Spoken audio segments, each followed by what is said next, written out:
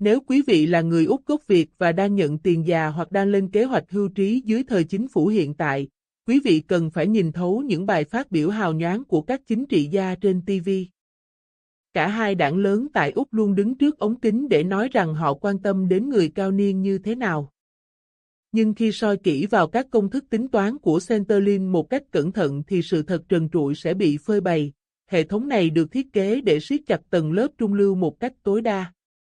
Nếu quý vị thật sự nghèo và không có gì trong tay, mạng lưới an sinh xã hội sẽ bảo vệ quý vị tuyệt đối. Nếu quý vị là triệu phú, quý vị chẳng cần quan tâm vì quý vị có thể tự túc tài chính.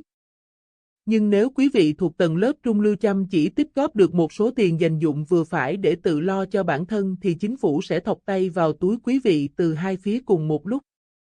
Hôm nay, chúng ta sẽ phân tích về tài sản và thu nhập để quý vị có thể thấy sự tinh vi của Centerlink nói riêng và của chính phủ nói chung, luật kiểm tra kép, và công cụ tính lãi suất định mức hay còn gọi là Deming Rate hoạt động như thế nào.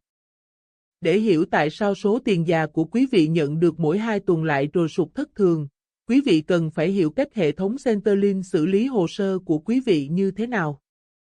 Họ sẽ đẩy hồ sơ tài chính của quý vị qua hai cánh cửa hoàn toàn riêng biệt, kiểm tra tài sản và kiểm tra thu nhập.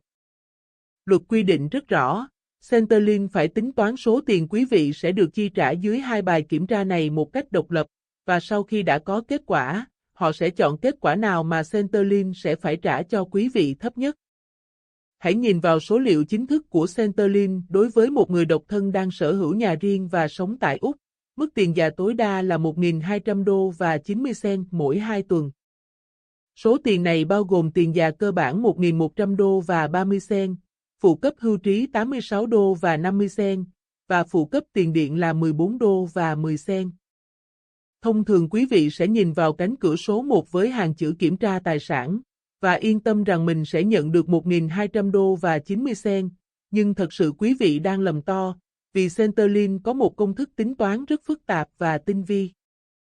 Dưới bài kiểm tra tài sản, nếu là người độc thân có nhà riêng, quý vị được phép sở hữu căn nhà đang ở, cộng thêm số tài sản bên ngoài lên tới 321.500 đô bao gồm tiền tiết kiệm trong ngân hàng, xe cộ, và tiền super, mà vẫn nhận được 100% tiền già trọn gói. Nhưng nếu tài sản vượt quá 321.500 đô, tiền già sẽ bị cắt giảm 3 đô mỗi 2 tuần cho mỗi 1.000 đô, cho đến khi chạm mốc cắt hoàn toàn là 722.000 đô, và một khi tài sản của quý vị vượt quá 722.000 đô, tiền già của quý vị sẽ về bằng không. Nhiều người về hưu thuộc tầng lớp trung lưu nhìn vào bảng này và nghĩ, thật tuyệt vời. Mình làm lụng vất vả và dành dụm được 320.000 đô gồm có tiền mặt, tiền super, và còn có ngôi nhà đang ở nữa, và vì số tiền này thấp hơn hạn mức 321.500 đô, nên Centerlink sẽ không đụng tới một đồng tiền già nào của mình. Nhưng đây là một ảo tưởng cực kỳ nguy hiểm. Bởi vì ngay khoảnh khắc quý vị bước qua cánh cửa tài sản, Centerlink lập tức quay lưng lại và ép hồ sơ tài chính của quý vị vào cánh cửa số 2, kiểm tra thu nhập, và đây chính là nơi cái bẫy thực sự sập xuống. Trong bài kiểm tra thu nhập, quý vị được hưởng một hạn mức miễn trừ là 218 đô cho mỗi 2 tuần cho một người độc thân. Nếu thu nhập nằm dưới 218 đô, tiền già sẽ không thay đổi.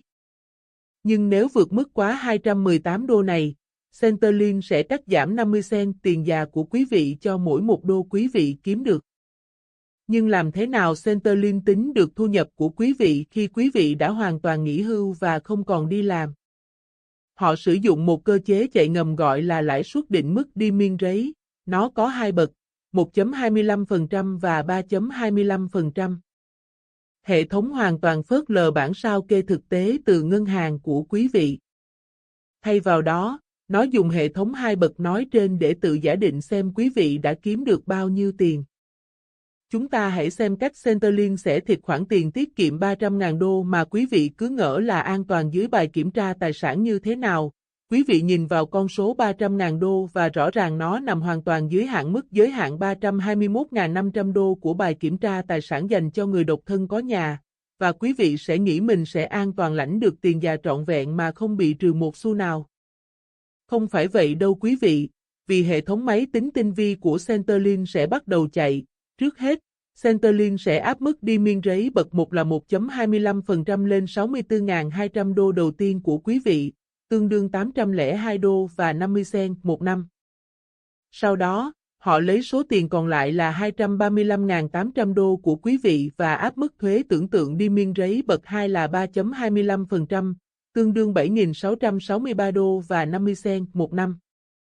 Sau đó, họ cộng hai khoản này lại, và Centerlink tuyên bố rằng số tiền tiết kiệm của quý vị tự động tạo ra một khoản thu nhập giả định là 8.466 đô một năm. Họ chia cho 26 tuần, để tính ra 2 tuần, và rồi hệ thống sẽ tự động ghi nhận một khoản thu nhập vô hình là 325 đô và 62 cent mỗi 2 tuần vào hồ sơ của quý vị. Tóm lại, khoản tiền 300.000 đô của quý vị hoàn toàn an toàn dưới bài kiểm tra tài sản, nhưng dưới bài kiểm tra thu nhập, nó lại tự đẻ ra 325 đô và 62 cent thu nhập giả định. Như vậy thu nhập của quý vị đã vượt mốc miễn trừ 218 đô là 107 đô và 62 cent. Vì thu nhập giả định đã vượt mốc giới hạn 218 đô, nên quy định cấu xén 50 cent lập tức được kích hoạt, và tiền già của quý vị sẽ bị giảm 53 đô và 81 cent mỗi 2 tuần. Quý vị không cần đi làm một giờ nào, và dù nằm hoàn toàn dưới hạn mức kiểm tra tài sản, Centerlink vẫn tự động xén bớt của quý vị 53 đô và 81 cent mỗi 2 tuần. Số tiền già của quý vị lập tức rơi từ mức tối đa 1.200 đô và 90 cent xuống còn 1.147 đô và 9 cent. Như vậy, để hưởng tiền già một cách trọn vẹn mà không bị Centerlink trừ một xu nào, thì tổng tiền tiết kiệm trong ngân hàng và tiền super của quý vị không được phép vượt quá 211.000 và 114 đô, mặc dù số tiền 300.000 đô của quý vị hoàn toàn nằm dưới mức quy định trong bài kiểm tra tài sản, bất kể quý vị là người độc thân có nhà riêng hay đang đi thuê nhà. Chỉ cần bước qua vạch ranh giới 211.114 đô này, con quái vật đi miên rấy sẽ lập tức thức giấc và cắt xén thẳng tay vào tiền già của quý vị.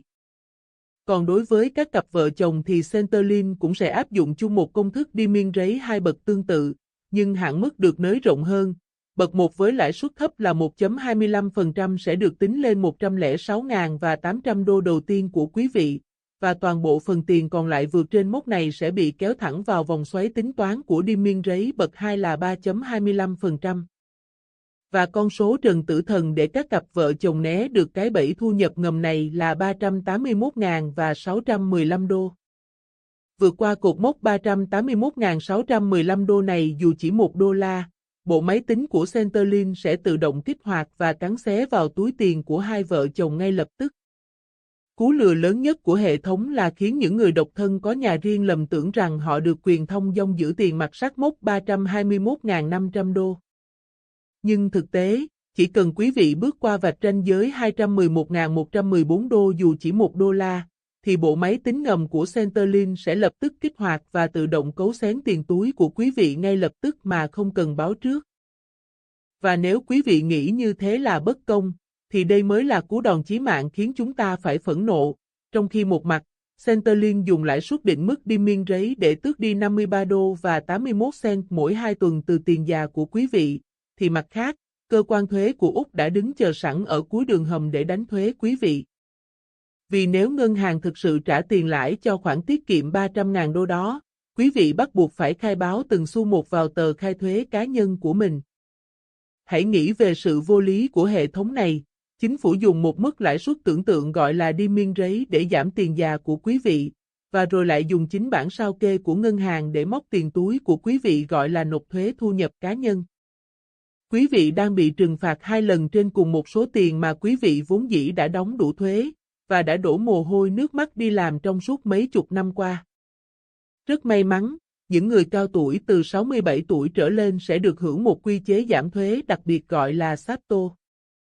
Quy chế SAPTO này sẽ giúp nâng hạn mức thu nhập miễn thuế của quý vị lên cao hơn rất nhiều, và làm giảm bớt gánh nặng thuế cho khoản tiền lãi thực tế trong ngân hàng của quý vị.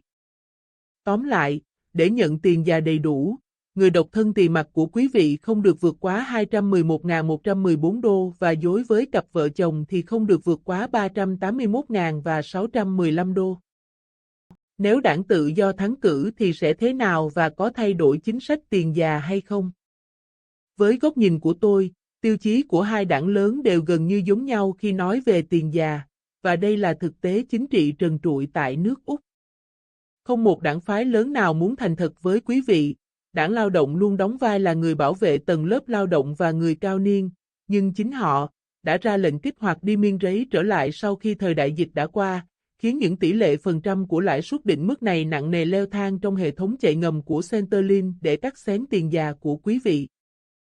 Còn đảng Tự do thì sao? Họ đứng lên tranh cử với những lời hứa hẹn sẽ cho phép người nhận tiền già được đi làm thêm nhiều giờ hơn mà sẽ không bị ảnh hưởng đến tiền già. Gần đây nhất, họ còn đưa ra đề xuất thắt chặt ngân sách, bằng cách chỉ cho phép những ai có quốc tịch Úc mới được quyền nộp đơn xin nhận tiền già. Đề xuất này thực sự là một sự bất công và vô lý đối với những người mang thị thực thường trú nhân.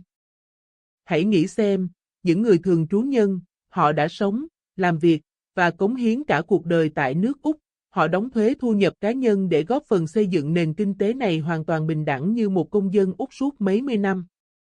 Vậy mà khi họ về già, hệ thống lại quay lưng với họ, phân biệt đối xử và muốn tước đi quyền lợi an sinh xã hội cơ bản đối với những người chưa có quốc tịch Úc. Nói chung cả hai đảng không hề hứa hẹn điều gì, họ không hề có kế hoạch dỡ bỏ hay hạ thấp bộ máy tính lãi suất định mức đi miên rấy này. Thay vì sửa đổi công thức bất hợp lý đang bóp nghẹt người tiết kiệm, họ lại chọn cách thu hẹp đối tượng, gạt bỏ quyền lợi của người có PR, và hoàn toàn đồng ý để bộ máy đi miên rấy tiếp tục chạy ngầm, vì nó giúp thu hồi hàng tỷ đô la lại cho ngân sách chính phủ. Nhưng có một điều chắc chắn rằng chẳng có đảng phái nào dám bỏ phiếu để cắt giảm trực tiếp tiền già của quý vị, vì làm vậy là tự sát về mặt chính trị. Họ không cần phải làm thế, nhưng họ tiếp tục dựng hai cánh cửa kiểm tra tài sản và kiểm tra thu nhập, để tự cắn xé lẫn nhau trong bóng tối, và âm thầm bào mòn tiền tiết kiệm của những người Úc có tinh thần tự lập.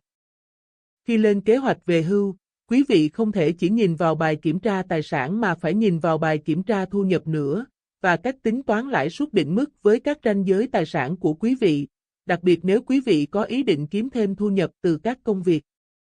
Cảm ơn quý vị đã theo dõi, và xin hẹn gặp lại trong video tiếp theo.